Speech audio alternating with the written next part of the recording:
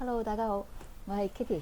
今日我哋做金桔糖漿，呢個係止咳化痰嘅。我哋整完咗之後呢，我哋沖一杯熱飲呢，相當唔錯。我哋睇下點做啦。買咗翻嚟嘅金桔，用水洗乾淨啦，個檸檬又係洗乾淨，跟住用個器皿擺2羹鹽，就將佢浸一浸，浸15分鐘到，跟住再搓佢，搓洗乾淨。咁然後嗰個金桔嘅頂呢，我哋剪走咗佢或者搣走佢啦。檸檬就切片，檸檬核呢，我哋一定要抌咗佢啊，因為佢會好苦啊，煮出嚟。咁跟住啊，將頭先洗好嘅金桔擺落個煲，略略煮一煮佢，等佢周圍呢，你見到有啲氣泡呢，咁就得噶啦。然後就拎出嚟喺水游水度沖一沖佢，然後再浸一浸呢個凍水游水就得噶啦，即係等佢降溫嘅啫。咁跟住呢，我哋抹乾佢，就對半切開。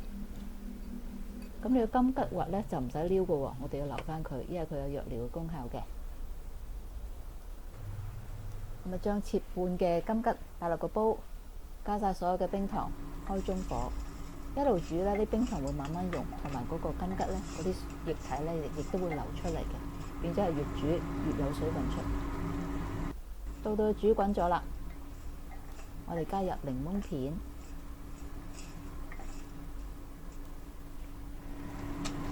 加咗之後呢，我哋煮佢大概10分鐘。如果呢，你覺得佢水分唔係多嘅話呢，你可以冚少少蓋嘅，咁啊等佢啲水唔使蒸發得咁快。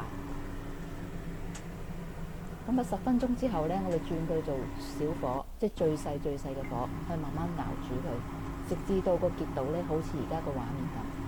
你見到嗰啲糖漿呢，裹實嗰啲金桔呢，就差唔多得噶啦。呢個稀結度呢，凍咗之後呢，佢會結啲嘅。咁你煮好之後呢，我即刻可以入樽。咁個樽要乾淨啦，同埋要乾。咁啊放涼咗之後呢，就可以擺入雪櫃啦。咁頭先個煲呢，我都唔好嘥啦，咁啊將少少熱水倒咗落去，就再沖咗一杯呢個金桔水，好好味。有興趣你都嚟試下，唔錯嘅飲品嚟嘅。我係 Kitty，我哋下次見，拜拜。